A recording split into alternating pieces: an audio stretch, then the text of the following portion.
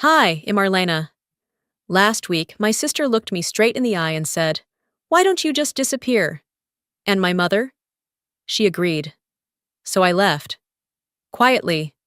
No shouting, no scene, just silence. This morning, they called me 13 times.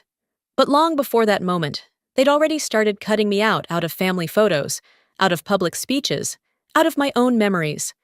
They erased me like I was an inconvenience. What happens when your own blood rewrites your story without you? And more importantly, what do you do when you decide to write it back? Dinner had been quiet, but not peaceful. Vera had spent most of it pushing food around her plate, tapping her fork against the dish like she was waiting for a cue only she could hear. Clara sat across from me, glass of wine in hand, eyes drifting toward the television that wasn't even on. The roast was lukewarm, the salad untouched. No one had said much. That should have warned me something was coming. It did. Vera set her fork down with a sharp clink. "Why don't you just disappear?" I blinked. My brain didn't quite catch up with my ears at first. She said it casually, like ordering a refill. No heat, no sarcasm. Just a flat suggestion to vanish. Before I could respond, before I even found breath, Clara looked up from her wine and added, "Maybe we'd all be better off." And there it was. The sentence that erased me. I didn't yell, didn't cry, didn't ask why. I just stared at both of them and realized, for the first time in my adult life, that they meant it. They weren't trying to hurt me. They were just tired of pretending I belonged at that table. I've learned a few things about my family over the years. 1. Whoever talks louder wins. 2. Silence, when wielded right, can last longer than any scream. So I said nothing. Instead, I stood up, excused myself without being asked, and climbed the stairs to what used to be my room.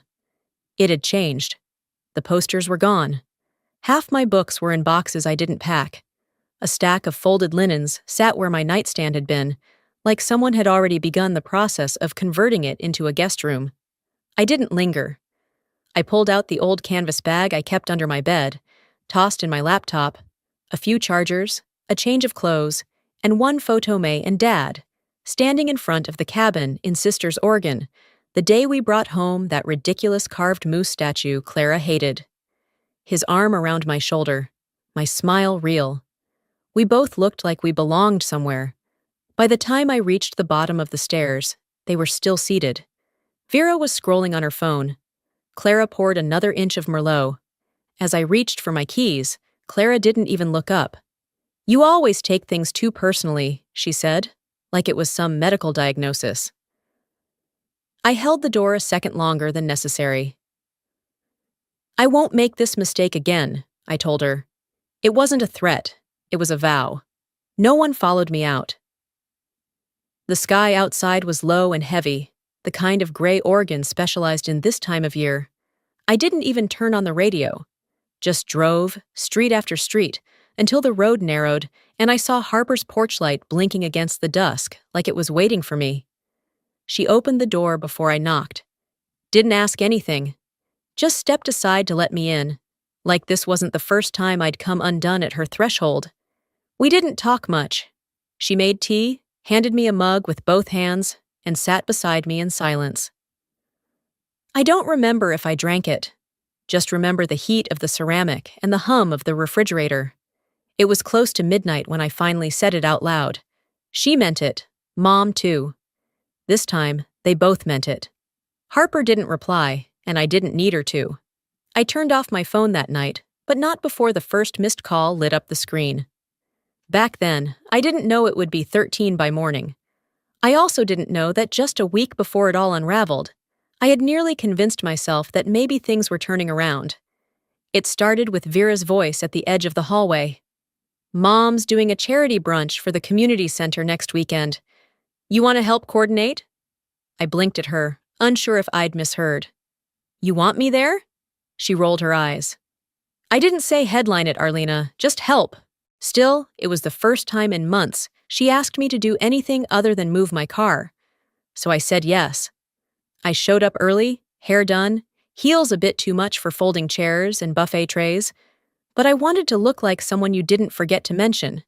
That morning, Vera handed me a clipboard like I belonged. I even smiled genuinely, for the first time in longer than it'd admit. Guests arrived in waves: old neighbors, donors, 2 retired teachers from our high school. I greeted people, directed them to seats, smiled until my cheeks ached. One older gentleman, Mr. Headley, approached with a kind grin.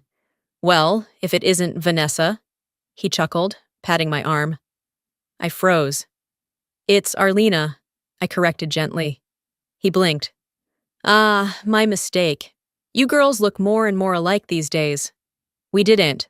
Later, I found a stack of printed invitations near the check-in table. The line beneath the event title read, "Hosted by Clara Whitmore and Vera Whitmore and guest." I laughed at first, a dry kind of laugh that stayed in the throat. I told myself it was probably a print error, but it echoed louder than I wanted. Things didn't get better once the speeches began. Vera stood confidently beside Clara, microphone in hand, glowing under soft stage lights. She spoke about legacy, about the importance of roots and community, and then about a memory. "When I was 10, Vera said, I entered the Northwest Young Writers Competition. Dad helped me revise my story, remember, Mom? And when I won, we drove all the way to Portland to accept the award." People clapped. Clara smiled, nodding along. But I couldn't breathe. That wasn't her story. It was mine. I remember the night I stayed up until 2 a.m., asking Dad to read my 5th revision. I remember how Vera didn't care, how she'd rolled her eyes at me hunched over the desk. And I remember Dad whispering, "They'll remember this one, sweetheart." But now they clapped for her. And I sat at the back of the room, watching a piece of my childhood pass hands like it never belonged to me. After the event, I pulled Vera aside in the foyer while people milled around with paper cups of lukewarm coffee. "Why would you tell that story?" I asked quietly. She didn't even blink. "You really think you earned that win? You wouldn't have even finished that story if Mom hadn't begged me to help you clean up the ending." "That's not true." She leaned closer. "Everything you have you owe us. You're just living off what we built." Behind her, Clara hovered nearby, listening. I waited for her to say something. To correct the record, to protect the daughter she always called her quiet one. But Clara turned away, offering a polite nod to someone walking by. That night, I sat in my car outside Harper's place. The windows fogged slightly, though I wasn't cold. I didn't knock, didn't go inside, just stared at myself in the rearview mirror. What if Vera was right? What if none of it had ever been mine? Memories are fragile things. Twist them enough times, and even the person who lived them starts to forget where the truth ends and the lie begins. I drove home before midnight. My apartment was still and dim. I dropped my purse by the door, kicked off my shoes, and stood at the edge of my bedroom. I'd packed a weekend bag, expecting I might stay with Harper after the brunch. I unpacked it, folded everything neatly, slid it back into the closet like it had never moved. Maybe I was being too sensitive, I whispered aloud, though no one was listening. But something deep beneath that sentence already knew this wasn't the first rewrite, and it wouldn't be the last. 3 days before I left, I stepped back into the house I used to call home. Vera had texted that morning, asking for a USB drive with some files from an old project we worked on years ago, something I'd kept because she hadn't. The tone of her message was uncharacteristically polite. I took that as a sign of goodwill. I shouldn't have. The living room smelled like polish and lilacs. Someone had been through here recently, probably a cleaner. Everything looked curated, almost staged. I moved toward the fireplace, glancing at the mantel, and froze. The photo, that same family portrait we'd taken in Yellowstone. Dad had insisted we dress like we weren't miserable cockies, matching shirts, fake laughs. It was staged and awkward, but it was one of the last pictures of all 4 of us together. Except now it was 8. The print over the mantel was a larger version, but something was off. I took a step closer. Vera, center. Clara next to her. Dad on the right, hand resting on Vera's shoulder. The far left, where I remembered standing with my arm looped awkwardly behind Vera's, back gone. Cropped out. The background extended just enough to fill the space where E'd once been. My stomach dipped. I reached for my phone and opened the original in my gallery. I'd saved it years ago in a folder called Things Worth Keeping. I held it up to the framed version. Same date, same outfits, same trees in the background. Just one person missing. Me. I didn't say anything. I just stood there staring at that empty space like it might give me a reason. Upstairs, I heard movement. Laundry being folded, drawers opening and closing. I followed the sound, driven less by curiosity and more by the hollow feeling spreading in my chest. My old room wasn't mine anymore. The paint was the same, but the energy had shifted. Vera stood inside, folding towels. On the back of my old desk chair hung a soft blue satin dress. I knew that fabric. I'd picked it out myself. Dad had it tailored for me for my 28th birthday. "Where'd you find that?" I asked, voice low but steady. She didn't look up. It was in storage. I had it taken in. "You had it?" "What?" "You haven't worn it in years," she said, like that explained everything. "That wasn't yours to alter," I said. The edges of my voice frayed. Vera shrugged. "It's not like he's here to care anymore." That line did more damage than she probably intended, or maybe exactly what she meant it to. Clara appeared in the doorway just then, drying her hands on a kitchen towel. She glanced between us and offered a strained smile. "Tea's on," she said. "Why don't you both come downstairs?" I waited for something else. An acknowledgement. Even a look in my direction that hinted she'd noticed what just happened. Nothing came. Her face was as still as the photo downstairs framed, unmoved, adjusted to fit the narrative. I left without a word. In the driveway, I sat in my car for a long time. The interior was warm from the afternoon sun, but I felt cold. My fingers trembled slightly on the steering wheel. I turned the engine over, then off. Just sat there. "They're not just taking space," I whispered to no one. "They're rewriting the story."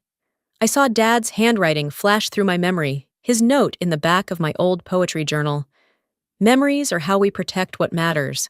What happens when the people around you start sanding the edges off your life until even you can't be sure what was ever real? I drove back to my apartment slowly, stopping once for gas I didn't really need. I needed the pause more than the fuel. The silence. That night, I pulled out the old hard drive I hadn't touched in over a year. It clicked to life with a slow hum. I created a new folder and labeled it Proof. I copied photozones with me in them, emails, screenshots, text threads, a voice memo from Dad saved from my 25th birthday. I wasn't planning to use them, not yet. But if they were going to erase me, I wanted to have something that said I'd existed, even if the only person who ever looked at it again was me. 2 days before everything fell apart, I received an envelope in the mail. Heavy stock, embossed lettering Clara's style, of course. Inside was an invitation to the Eugene Historical Society's 50th anniversary gala. The line at the bottom read, "Hosted by Ms. Vera Whitmore and guest." I read it twice. No mention of me. Not the Whitmore family, not even Arlena Whitmore. Just in guest. The implication landed with the same chill I felt opening that front door for a stranger. Still, Harper urged me to go. "Show up," she said. "Look good. Remind them you don't disappear just because they forget to say your name." So I went. The event was held in the downtown Civic Hall. Rows of chairs lined the stage, glass pitchers sweating on long tables. I recognized most of the guest donors, retired teachers, board members who used to call me the sweet one. I stepped in, heels clicking against polished wood, and smiled like I was happy to be there. But even before Vera took the podium, I felt it. She spoke effortlessly, her voice warm and composed, radiating poise the way she always did when there was something at stake. The speech started harmless, acknowledging past board members, community leaders, even Clara. Then came the part that stung. I remember driving across counties with Mom, Vera said, delivering brochures by hand, going door to door, back when we were just starting the foundation. She paused, smiling. Clara beamed in return. That had been my idea, my beat-up Honda. My summer spent mapping routes on sticky notes and running into grocery stores for cold coffee and hand sanitizer. Vera had tagged along on one tripone, and now she'd lived it all? The audience clapped. I sat in the third row, nodding like I agreed with a version of the truth that didn't include me. My hands had started trembling by the time I stood up. I slipped out the side door, past the caterer prepping dessert trays, and into the quiet hallway. I pulled the invitation from my bag and looked at it again. This time, I noticed something I hadn't before. Veronica, Clara, Whitmore, and Guest. They'd even added her middle name, Full Legacy. I folded the card in half and slid it into the trash near the restroom. No drama, just done. But that wasn't the first time something like this had happened. A memory surfaced me at 11, nervously adjusting my shirt at a local library, holding my poem in sweaty fingers. I had won a regional writing contest. I remembered how Dad had grinned the whole way home, how Mom told the neighbors I really had a voice. Weeks later, I overheard Vera on the phone. Yeah, Arlena and I worked on that poem together. I helped her clean up the rhythm, obviously. Clara had been in the kitchen. She hadn't corrected her.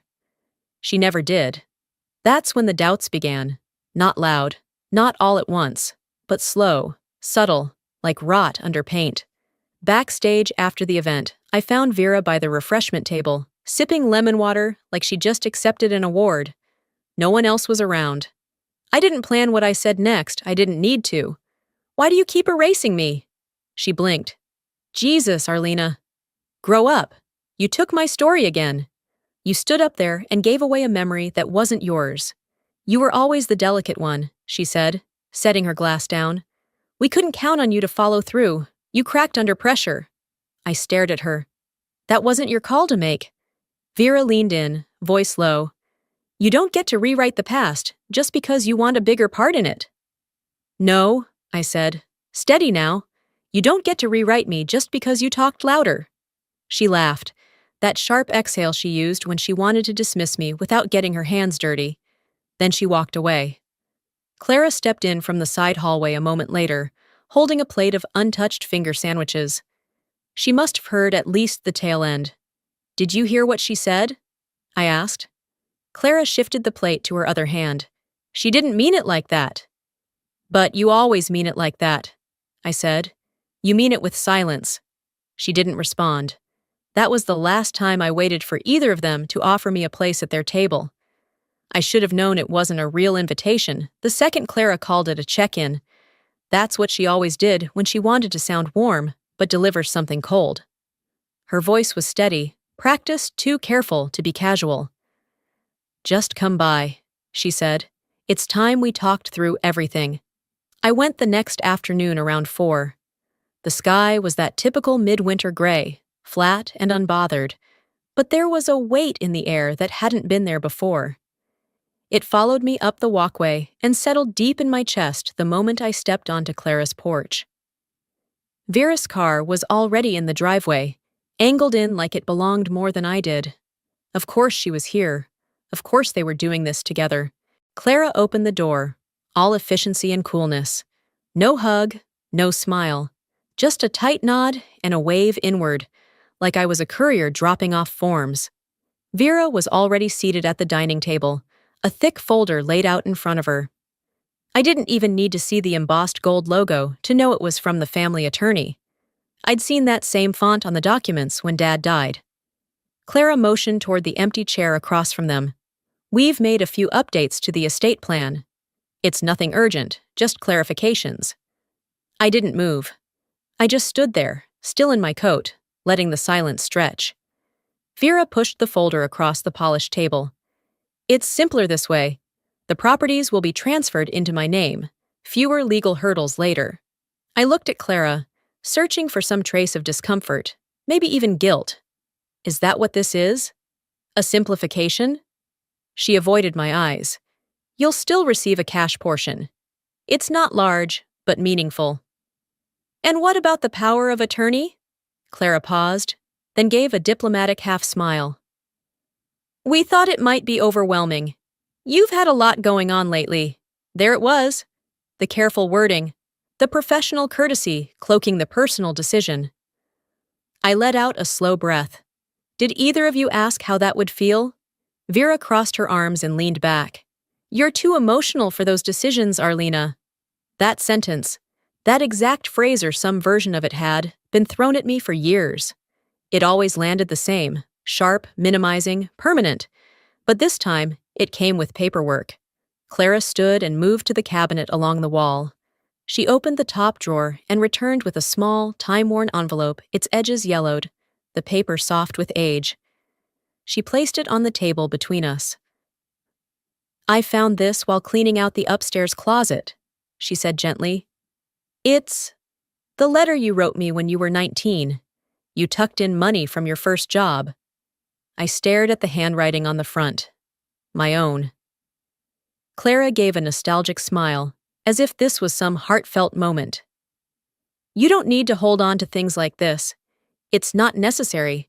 She hadn't even opened it. I reached out slowly, picked up the envelope, and slipped it into my purse. My hand lingered there for a moment, part grief, part resolve. Silence fell over the room, but it wasn't empty. It was dense, humming with things left unsaid. Then something in me shifted. My voice came out low, steady, cold. You've made your choices, I said, and I won't fight you for a seat at a table you already cleared of me. Clara blinked. Don't be dramatic. No one's pushing you out. I looked from one sister to the other. I'm not being dramatic. I'm just done underreacting. I picked up the folder Vera had slid across the table and handed it back to her untouched. I don't need this, I said. Vera let out a frustrated sigh. You always make things harder than they have to be. And yet, I said, slipping my arms into my coat, I'm still the quiet one between us. Neither of them moved. Neither of them said goodbye. I walked out with a steadiness I hadn't felt in years, a kind of deliberate calm, like every step was another nail in a coffin that should have been sealed a long time ago. And this time, I didn't glance back. Once inside my car, I sat with the engine off and my keys in hand. The hedge beside the driveway caught my eye, the same one I used to hide in as a child when I needed space to cry. Or to dream. I used to imagine it was a secret passage to a better life. Maybe, in some way, it still was. I pulled out my phone and dialed Harper. She picked up on the second ring. Hey, you okay? I stared at the unopened envelope on the seat beside me. My younger self, folded into paper. I need your help, I said. With what? I'm going to start collecting everything. Photos, emails, letters, screenshots. Anything that shows I was here, that I counted, that I mattered. There was a pause. To what end? I looked at the steering wheel, then back at the envelope. I thought about everything it swallowed for the sake of peace. Everything I let slide so I wouldn't seem difficult. Emotional. Too much. To remind them I existed, I said quietly. Before I prove it. The morning I left, I wasn't supposed to be awake that early. Sleep had only half worked its magic after the conversation with Clara and Vera. My chest still felt tight, like my ribs had forgotten how to hold anything but hurt. I rolled over, planning to bury myself for another hour, but then came the ping. I wasn't expecting much, probably a newsletter or some spam, but my eyes caught the subject line, Final Edits Approved Tribute Video. It was part of an email thread, between Vera and a public relations contractor. I wasn't supposed to be copied. At first, I didn't understand what I was looking at. The tone was professional, the exchange efficient. But halfway down the thread, it hit. Make sure Arlena's part isn't included in the final cut, Vera had written. We've already aligned the messaging. A reply followed quickly. Understood. Replacing with extended Vera clip. I read it again, then a third time. I should have been furious. I should have thrown the laptop across the room. But I just sat there, frozen. Like my body knew this wasn't news, just confirmation. A silent erasure, handled in plain sight. The tribute video. Clara's milestone birthday. That ridiculous garden party full of lanterns and curated nostalgia. I'd spent hours filming my segment, pulling the curtains just right to catch golden light, repeating takes because my voice kept cracking. I'd even cried once, talking about how she used to read to us under the jacaranda tree, and it never aired. Not because it didn't land. Because Vera had deleted me again. By noon, I was at Harper's place. I didn't say much, just showed up with my laptop and the kind of silence that makes good friends wordless. She opened the door, looked at me once, and cleared her dining table without a word. "Check the shared drive," I managed to say, my voice flat. "Vera sent it to me months ago." I never looked. We found it after some digging buried underfolders named Legacy Content and Final Assets. The wheel spun forever, and then it loaded. Family Timeline. Inside was a trash folder, and there it was. Arlena birthday clip final.move. Still intact. Still timestamped. Still me. Harper backed it up like it was national treasure, 2 hard drives, 1 cloud, even a burner email address I'd forgotten ever creating. She turned to me. "What do you want to do with it?" I looked at the file. The name. The version of me they decided didn't fit. "Keep it," I said, "for now." Back home, I didn't unpack. I didn't eat. I didn't scroll away the feeling. Instead, I made space, cleared the clutter from my desk, wiped it down with an old dish towel, and opened a blank folder on my screen. The rewrite. Inside, I began to place the evidence. Not to punish them. Not even to demand anything. Just so that, finally, anyone would see it wasn't all in my head. I added a cropped version of the Yellowstone photo, where it'd been cut off at the shoulder, the birthday invitation, the one where my name was missing, the tribute video, my voice, my memories, my face, screenshots of Vera's email thread with the PR vendor, a scanned PDF of the estate paperwork Clara quietly handed me last fall, the envelope I'd never sent my 19-year-old self's letter to Clara, sealed but unread. I dragged each item into the folder like placing bones in a display case. They had their version. This was mine. I didn't feel angry anymore, not in the fire-breathing way people expect. I was something else. Resolved, unhooked. Harper texted me around 8. "You good?" I stared at it for a while, then typed back, "I'm about to be." I opened a new message window. No salutation, no sign-off. Just 2 attachments. The tribute video, a screenshot of Vera's instruction to erase me.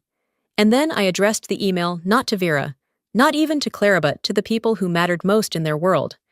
Clara's nonprofit board, her closest donors, the foundation's media consultant. Subject line, "This was her daughter too." I stared at the send button, not because I was unsure, but because I wanted to remember the stillness right before. Then I clicked. No fire, no thunder. Just truth, quiet and final. I stood up and walked to the window. Outside, the city pulsed taillights, porch lights, apartments blinking on one by one. Life, indifferent but alive. They could keep pretending I was never part of the story. But not this time. This time, I wrote it down. The magazine was everywhere. I hadn't planned to see it. I'd only stopped at the coffee shop for a quick cup before heading home. But there it was. A fresh stack of glossy covers at the register, proudly displayed like some kind of local gospel. Clara and Vera stood side by side on the cover, both in crisp pastels, arms gently linked, smiles carefully measured. "The women behind the legacy," the headline read. I didn't pick it up at first, just stared at the pile like it might catch fire if I looked long enough. Curiosity got the better of me. I opened it with the care you reserve for something that might break you. The feature was glowing. Paragraph after paragraph about their tireless work building the foundation, launching initiatives, nurturing a family legacy of female leadership. I scanned for my name. Nothing. Not even a footnote. And then came the kicker: Vera, quoted as the sole visionary behind the scholarship fund I had drafted, named, and fought to establish when no one else thought it was worth the trouble. I sat down at the nearest table and stared at the page, the steam from my coffee curling upward like it couldn't stand the company either. Within the hour, my phone buzzed with messages. Just saw the article. So proud of your family. Didn't know you stepped back. Must have been hard. And the one that finally made me put the phone face down. Vera really carried things, huh? I texted Harper. I didn't step back. I got shoved. By late afternoon, I was parked outside Clara's place. The sky had shifted into a muted blue, clouds rolling over like they knew what was coming. I walked in without knocking. She was in the sunroom, watering plants. Vera wasn't there. I didn't wait to exchange pleasantries. I made my way to the hallway that once displayed our childhood art back when Clara pretended to be proud of both of us. And then I saw it. The painting I made at 14. Deep navy swirls, flecks of gold, brush strokes I still remembered wrestling into place. Dad used to call it my voice without words. Now, it hung in a polished wooden frame with Vera's name signed neatly in the bottom corner. I stood in front of it, the air gone thin. You knew that was mine, I said quietly. Clara appeared behind me. I thought you wouldn't care. It's been years. I turned to her. So because I stopped asking for space, you assumed I didn't deserve any. She opened her mouth but said nothing. I walked toward the bookshelf, letting my eyes scan for other ghosts. And there they were, 2 awards I'd received in college, now displayed as part of a timeline exhibit Vera had arranged in the hallway. Only her name was listed on the tags. This isn't about memory anymore, I said. It's about intent. Clara didn't look at me. You're not just letting her rewrite everything, I said. You're helping her do it. There was nothing left to salvage in that room. I didn't yell, didn't cry, just took out my phone and snapped a picture of the painting. Then another of the mislabeled awards. That night, I sat in my apartment, lights dimmed, silence thick. I opened a new email, addressed it to the editor of the magazine. No greeting, just attachments. Side-by-side scans of my original scholarship proposal and the published version Vera had submitted months later with subtle edits. But all my structure. The timestamps were clear. The signatures, not hers. I included the painting photo, attached a digital version of the same art from a decade-old hard drive, same name, same brush patterns, with my signature digitally embedded from back then. Subject: you might want to fact-check your front page. I didn't sign it. I didn't have to. By morning, the article was gone from the magazine's website. No correction, no apology. But I knew Clara's inbox was catching heat. Harper forwarded me a screenshot from a board member asking, why wasn't Arlena listed? Another said, can we confirm authorship of the fund language? I didn't need them to respond. I just needed the silence that followed to be theirs for once, not mine. I hadn't planned on checking my phone again that night. After the magazine pulled the article and silence filled the void Vera once used to control every conversation, I'd expected peace. Or at least quiet. But peace is never what it seems when it comes from people who built their comfort on your exclusion. The screen lit up around 10:17 p.m. Vera's name flashed, followed by a single message. Shell spiral. Let her. No one believes her anyway. No greeting. No punctuation. And more importantly, no name. Just she. It wasn't for me. Clearly meant for Clara. But it landed in my inbox anyway.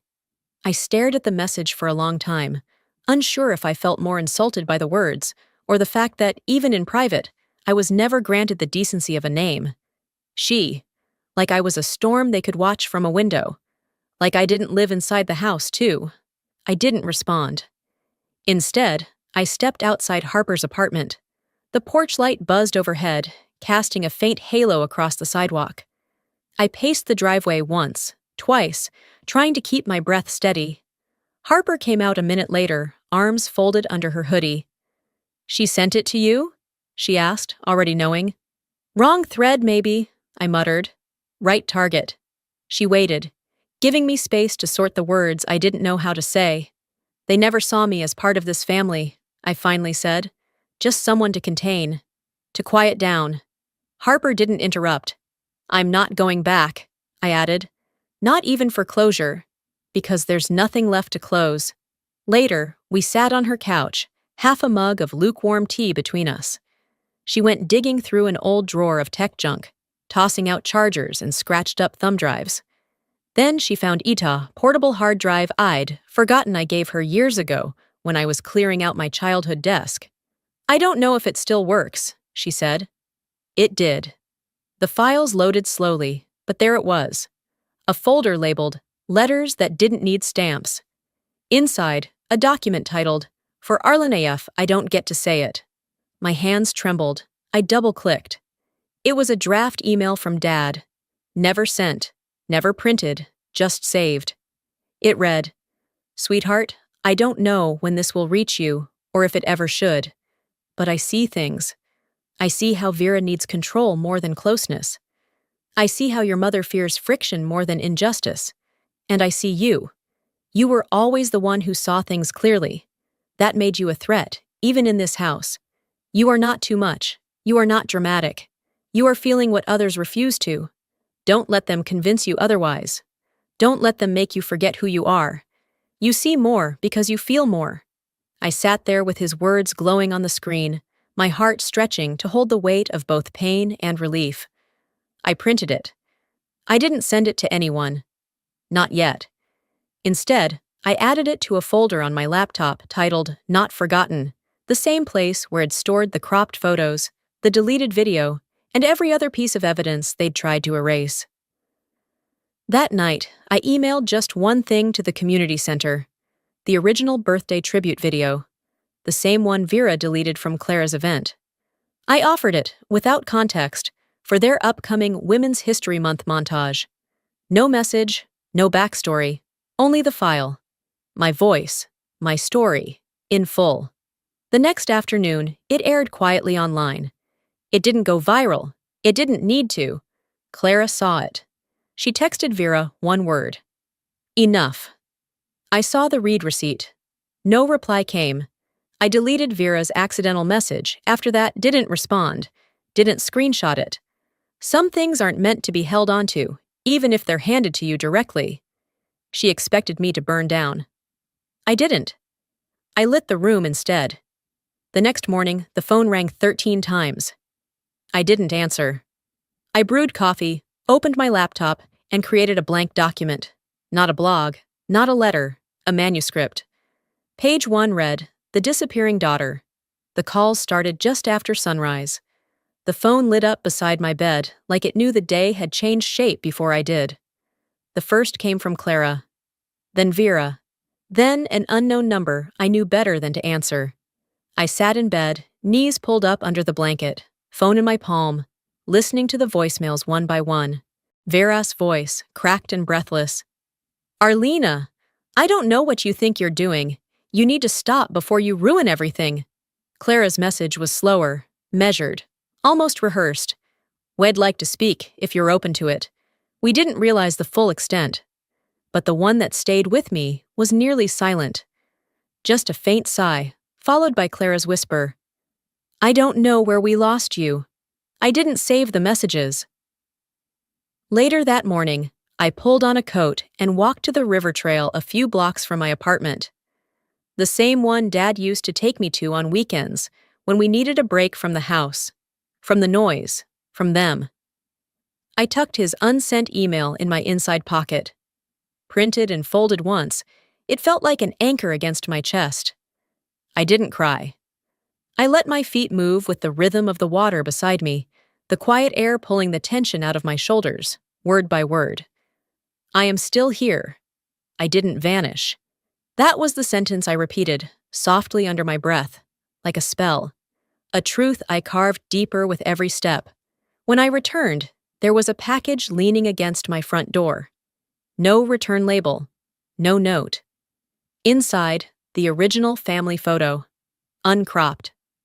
All four of us, standing stiffly in front of Yellowstone's jagged skyline. My arm was still awkwardly slung behind Vera's back. I remembered how we argued about where to stand that day, how Dad eventually said, "It's just a picture, girls." But it wasn't just a picture. It never was. Taped behind the frame was a folded piece of paper. I recognized the yellowing edges, the handwriting mine. It was the poem I'd written at 11, the one Clara pretended not to remember when Vera claimed it as a collaboration. She had kept it, quietly, tucked away. I didn't call to thank her. Some things don't need words. And Vera? She didn't call again. No apology, no explanation. But over the next few days, I saw her name disappear from several press releases, foundation pages, project credits, just gone replaced with the generic team or committee. I didn't feel triumphant. I just breathed a little easier. A week later, I spoke at a small community group downtown. A friend had asked me to talk about the role of story in personal identity. I almost said no, but I went. I didn't name names. I didn't dwell on betrayal. I told a simple truth. I was once erased, but I reappeared on my own terms. There was a long pause after I finished. Then one woman stood, eyes glassy, and said, "I've been waiting my whole life to hear someone say that." The following Monday, I signed a publishing contract with a small press out of Seattle. Nothing flashy, but real. The book was titled Disappeared, A Daughter's Undoing. On the dedication page, I wrote, "For anyone who needed proof they were real." Afterward, I closed the laptop, stretched my arms above my head, and padded barefoot into the kitchen. I boiled water, steeped tea, stood there watching the leaves swirl slowly. The apartment was quiet, but this quiet belonged to me. As sunlight slanted through the blinds, I glanced toward the windowsill. The photo sat there in a simple frame uncropped. Next to it, my father's email, printed on ivory paper, framed beside it. I didn't frame them to prove a point. I framed them to remember that I never needed to be louder. I just needed to stop waiting for someone else to say I mattered. The light hit both frames, then warmed my cheek, and I smiled. Small, but steady. Sometimes the people who silence us the most are the ones who claim to love us the loudest. I spent years trying to earn my place at a table that had already decided I didn't belong. But the truth is, your worth isn't up for vote, and your memories aren't optional. If you're someone who's ever been overlooked, rewritten, or made to feel small, know this. You don't need their permission to exist. You don't need to be louder, you just need to stand still long enough for your truth to echo. Now, I'd love to hear from you. Have you ever felt like your story was hijacked by someone else? Or that you had to prove you belonged in your own family? Tell me below. Drop a 1 if this story hit close to home, or just let me know where you're watching from. And if this video meant something to you, if it stirred something inside, or made you reflect, don't forget to subscribe to this channel for more stories that speak to the heart, challenge the silence, and remind us that we're not alone. I'll be reading the comments. Let's keep the conversation going.